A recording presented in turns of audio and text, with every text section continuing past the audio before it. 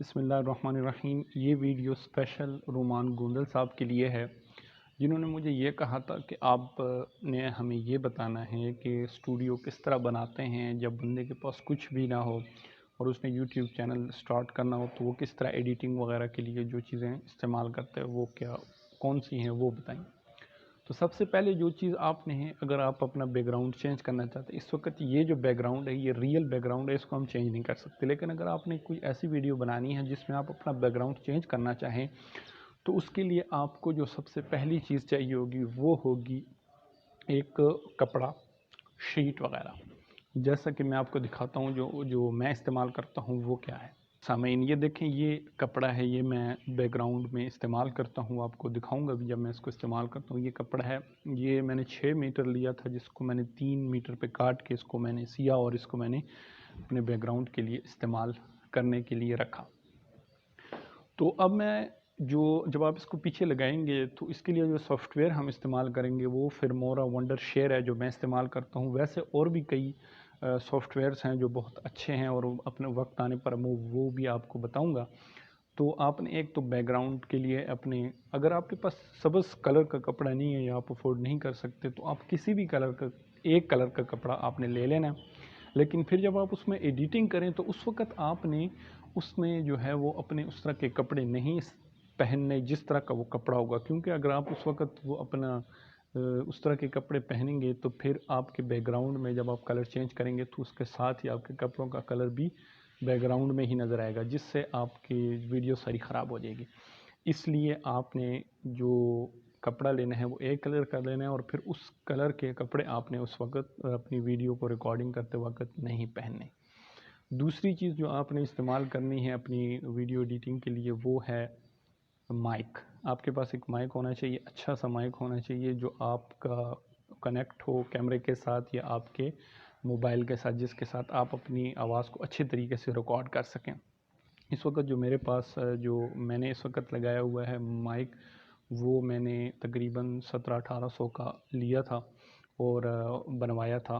तो आप भी बनवा सकते हैं, अगर आपके पास इतनी अमाउंट नहीं है, पैसे नहीं हैं कि आप 1700-1800 का माइक ले सकें, तो आप अपने हैंड फ्री का जो माइक है उसको आप इस्तेमाल कर सकते हैं। उसकी तार लंबी भी करवा सकते हैं। किसी भी इलेक्ट्रॉनिक्स के टांके लगाने वाले के पास आप जाएं और उसको कहें कि मुझे इसकी तार के साथ इसको, और जो हैंड फ्री का पिन होती है, हैंड फ्री की पिन होती है, उसको आप उसके साथ लगा के अपने यानी अपनी मोबाइल में या अपने कैमरे के साथ उसको अटैच करके रिकॉर्डिंग कर सकते हैं। इसके अलावा आपके पास एक अच्छा सा मोबाइल होना चाहिए, मोबाइल नहीं तो कैमरा होना चाहिए, फिर आपकी रिकॉर्डिंग अच्छी होगी। जब आपकी रिकॉर्डिंग अच्छी होगी तो तभी आप उसकी अच्छी एडिटिंग भी कर सकेंगे। तो ये चीज़ें थी जो मैंने आपको बताई, जो बाहर से यानी कंप्यूटर के बाहर से इसका ताल्लुक़ है। फिर आप अपनी एक सीट लगाएं, वो भी मैं आपको दिखाता हूँ कि इस तरह आप उसको सेट करेंगे। आप उसको जब लगाएंगे उसके बाद आप अपनी गुफ्तगू करनी, अच्छे तरीके से गुफ्तगू करनी है। आपने उसको जहाँ से आप नहीं बोलना चाहते वहाँ से आपने रुक जाना है। फिर उसकी कटिंग वगैरह वो सारी मैं आपको सॉफ्टवेयर में बताऊँगा। फ़िलहाल इतना ही कि आपने अगर बनाना है तो सेट, तो उसमें आपने किस तरह उस कपड़े को लगाना है और किस तरह माइक को अटैच करना है और फिर उसके बाद आपने रिकॉर्डिंग स्टार्ट कर देनी है। तो आइए बाकी मैं आपको दिखाता हूँ इसके बाद।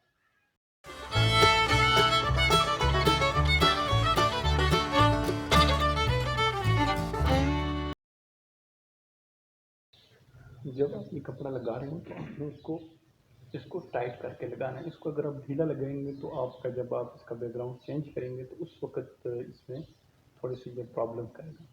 तो आपने इसको टाइट करना है। ये मेरा पास माइक है, मैंने पीछे बैकग्राउंड लगा दिया है। ये मेरा माइक है, ये आप देख लें, कॉलर माइक है और ये इसकी तार है।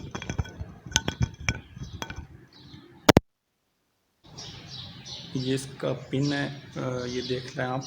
आपने इस तरह की पिन लगवानी है, यानी जो आपके हैंड फ्री के साथ लगी हुई है वो आपने इसके साथ लगा के तार लंबी कर लेनी, अगर आप ये माइक अफोर्ड नहीं कर सकते। ये जो माइक है इसको आपने